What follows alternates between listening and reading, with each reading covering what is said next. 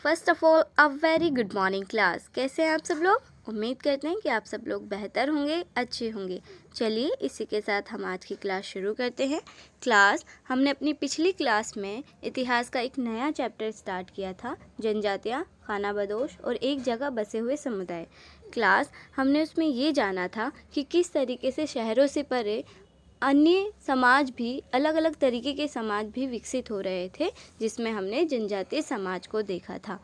Class जनजातीय समाज जब आपके माइंड में आता है या आप जनजातीय शब्द को सुनते हैं तो आपके समझ क्या उस बारे में विकसित होती है, आप क्या सोचते हैं उसके बारे में? तो जाहिर सी बात है कि आपको लगता होगा कि जो जनजातीय लोग हैं वो जंगलों में रहते हैं, है ना। उनका रहने सहने का तरीका बिल्कुल अलग है, खाने पीने का तरीका अलग है, मतलब उनका जो कल्चर है वो पूरी तरीके से अलग है।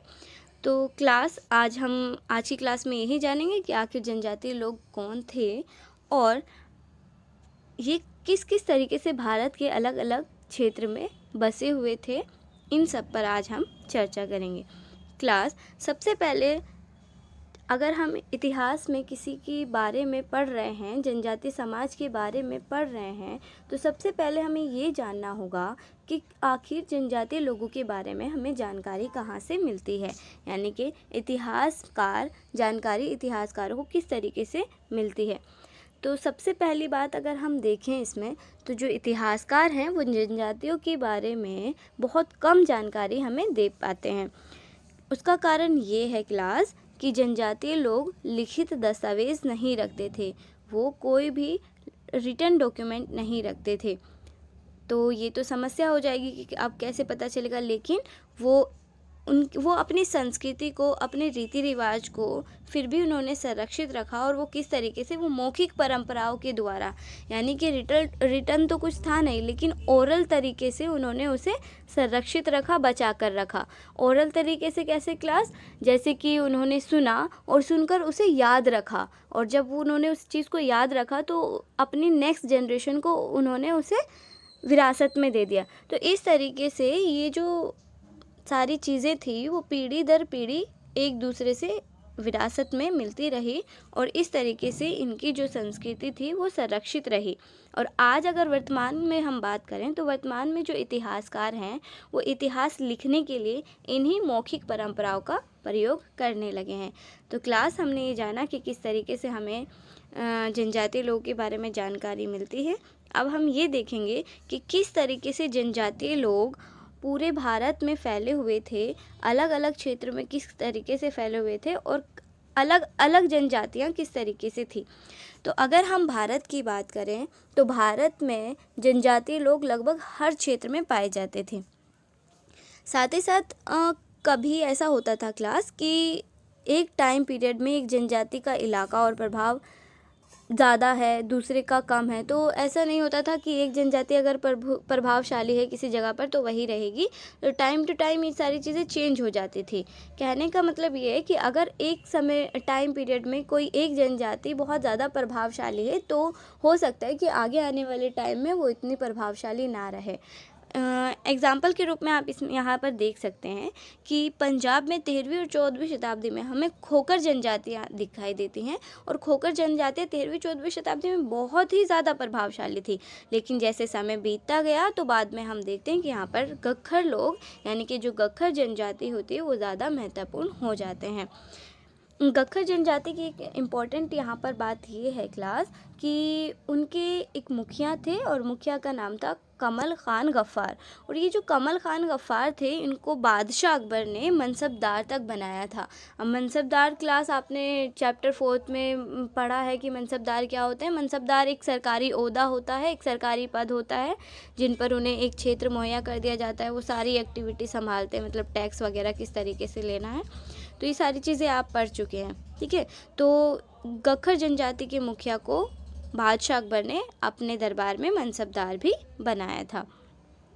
अगर हम मुल्तान और सिंध क्षेत्र की बात करें तो मुल्तान और सिंध क्षेत्र में लंगा और अर्गुन जनजाति का बहुत ज़्यादा प्रभुत्व था।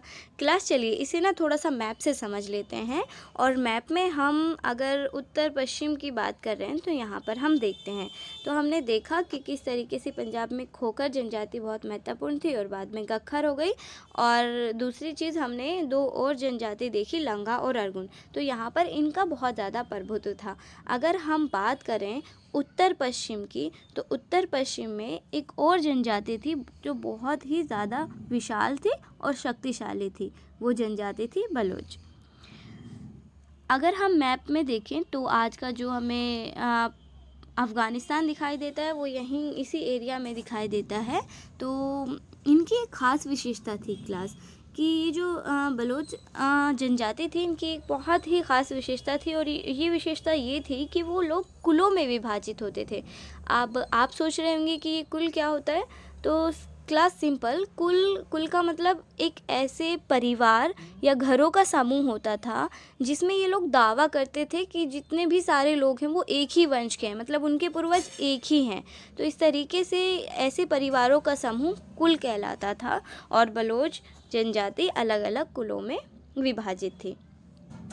अगर हम पश्चिमी हिमालय की बात करें तो पश्चिमी हिमालय यानी कि आपको यहाँ खोखर दिखाई दे रहा है ना, इसी के नीचे अगर हम यहाँ देखें तो यहाँ पर हमें गद्दी जनजाति दिखाई देगी कि गद्दी जनजाति यहाँ पर हमें पाई जाती थी उस टाइम पर। यहाँ पर आज का हमारा कश्मीर देख लीजिए आप, हिमाचल प्रदेश देख लीजिए, तो इन एरिया में आपको ये दिखाई देगा गद्दी जनजाति, आज भी है।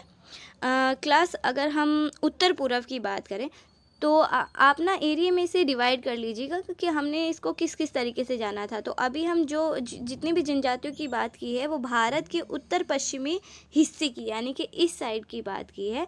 अगर अब हम बात करें उत्तर पूर्व की यानी कि इस हिस्से की, तो यहाँ पर कौन कौन सी जनजातियाँ महत्वपूर्ण थी वो भी समझना बहुत ज़्यादा ज़रूरी है। तो यहाँ पर क्लास हम देखते हैं कि अहोम, नागा, खासी, कोच, इस तरीके से अलग अलग तरीके की जनजाति यहाँ पर हमें पाई जाती हैं।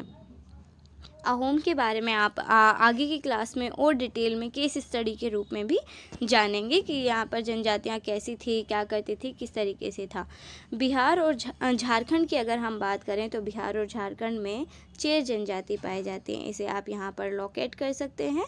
चेर जनजाति आपको यहाँ पर दिखाई दे रहा होगा मुंडा के पास।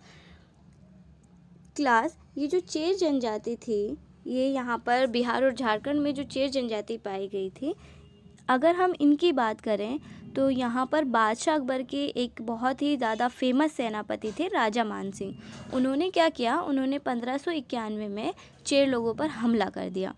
अब चेर लोगों पर हमला किया तो उन्हें हरा भी दिया, परास्त कर दिया, और फिर यहाँ से इनका जो भी सामान था, माल था, लूट कर अच्छा खासा माल इन्होंने इकट्ठा कर लिया। लेकिन ये जो मानसिंह थे फिर भी चेर जनजाति को पूरी तरीके से अधीनस्थ नहीं कर पाए थे, यानी कि अपने अंडर उन्हें नहीं कर पाए थे, ठीक है। लेकिन जब औरंगज़ेब आते हैं तो औरंगज़ेब के समय इन्हें पूरी तरीके से अधीनस्थ बना लिया जाता है। तो क्लास हम लोगों ने अपनी लास्ट क्लास में ये देखा था कि किस तरीके से जो मुख्य धारा के समाज थे और जनजाति समाज थे कि उनके बीच समय समय पर हमें टकराव देखने के लिए मिलेगा। तो इस तरीके से ये मुग़ल, जैसे कि आप जानते हैं कि मुग़ल साम्राज्य अपने आप को एक्सपेंड कर रहा था, अपना विस्तार कर रहा था। तो जब विस्तार करेंगे तो रास्ते में जंगल वगैरह आएंगे, जंगल में आपको जनजाति लोग मिलेंगे, है ना। तो इस तरीके से क्या होगा, तो जब उन्हें वो एरिया अपने साम्राज्य में मिलाना होगा तो वहाँ पर जो लोग रहते हैं उनसे मतलब उनसे क्या करना होगा, उनसे लड़ाई लड़नी होगी। तो इस तरीके से उन्होंने हमला किया था, और इस तरीके से औरंगज़ेब के समय में चेर पूरी तरीके से अधीनस्थ हो गए थे। उसके अलावा अगर हम बात करें तो उड़ीसा और बंगाल में मुंडा और संताल जनजाति भी हमें दिखाई देती हैं, ठीक है क्लास। अब यहाँ पर हम देख लेते हैं कि हमारा महाराष्ट्र, कर्नाटक और गुजरात। तो महाराष्ट्र हमारा यहाँ पर है, कर्नाटक है, गुजरात है। तो यहाँ पर आप देखेंगे ना, यहाँ भी कोली है और महाराष्ट्र के इधर भी कोली है। तो यहाँ पर कोली जनजाति पाई जाती थी। कोली विराट कोहली वाला कोली नहीं है क्लास, ठीक है। तो ये कोली जनजाति पाई जाती थी। और इसके अलावा अगर हम दक्षिण भारत में बात करें, ठीक है, तो अब हम यहाँ पर उत्तर पश्चिम में हमने देख लिया है, उत्तर पूर्व में हमने देख लिया है। अब हम बात करते हैं दक्षिण की, दक्षिणी भारत की। तो दक्षिणी भारत में हमें कई महत्वपूर्ण जनजातियाँ देखने के लिए मिलेंगी, जैसे कोरागा, वेतर, मारवाड़, ठीक है। तो अलग अलग जनजातियाँ हमें यहाँ पर भी देखने के लिए मिलती हैं। इसके अलावा अगर हम बात करें तो छत्तीसगढ़, मध्य प्रदेश और महाराष्ट्र, आंध्र प्रदेश, यहाँ पर भी एक बहुत महत्वपूर्ण जनजाति पाई जाती थी जिन्हें गोंड कहा जाता था। क्लास, ये जो गोंड जनजाति है इसके बारे में भी हम आगे की क्लास में केस स्टडी करने वाले हैं और इसके बारे में अच्छे से जानने वाले हैं। आप देखेंगे कि इस वाले एरिया को यहाँ गोंडवाना कहा गया। और गोंडवाना इसलिए कहा गया क्योंकि ये गोंड की भूमि थी, ठीक है, इनकी अपनी ज़मीन थी, तो इस वजह से इसे गोंडवाना कहा गया। ठीक है क्लास, तो हमने अच्छे से मैप को देख लिया है, समझ लिया है कि किस तरीके से जो जनजातियाँ थी वो कहाँ कहाँ फैली हुई थी और किस एरिया में कौन कौन सी जनजाति महत्वपूर्ण थी। तो एक बार और देख लेते हैं, रिकॉल कर लेते हैं। अगर हम उत्तर पश्चिमी एरिया की बात करें तो यहाँ पर हमने गख्खर देखा, खोकर देखा, लंगा देखा, अरगुन देखा, बलूच देखा और गद्दी जनजाति भी इसी एरिया में पाई जाती है।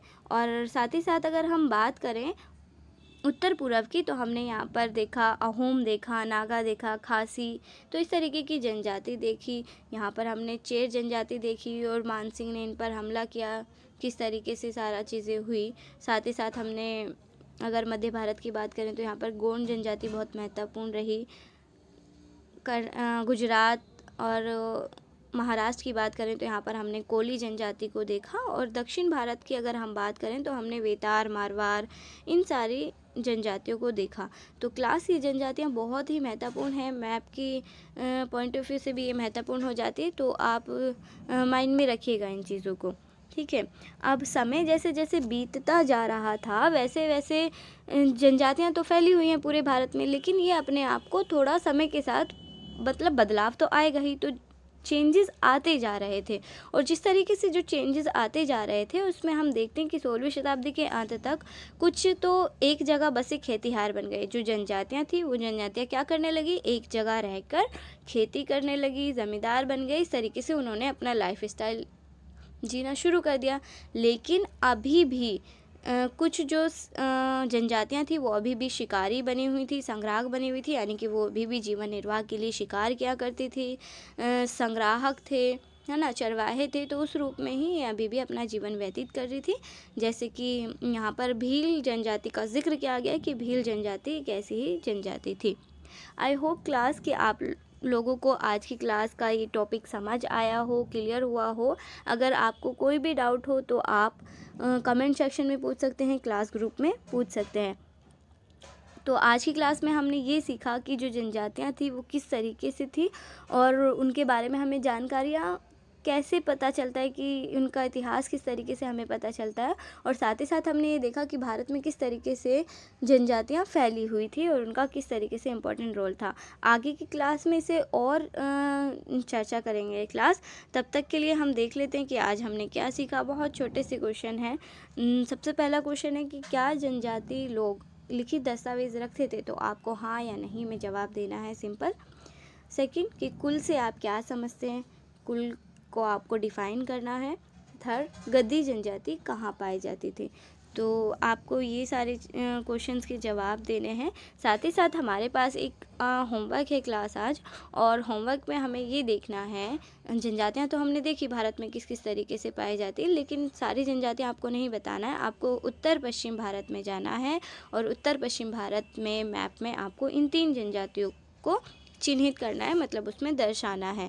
तो आप सिंपल क्या कर सकते हैं, आपके पास मैप हो तो बहुत अच्छा है, अगर आपके पास मैप ना हो तो आप इसी मैप का स्क्रीनशॉट लेकर उसके बाद आप इसमें नंबर 1, नंबर 2, नंबर 3 से पॉइंट आउट कर सकते हैं। खोकर के लिए आप नंबर 1 कर सकते हैं, गख्खर के लिए नंबर 2 और बलोच के लिए नंबर 3। तो इस तरीके से आप इसे मैप में शो कर सकते हैं। ठीक क्लास, आज के लिए इतना ही। घर पर रहिए, सुरक्षित रहिए और सीखते रहिए। Thank you class.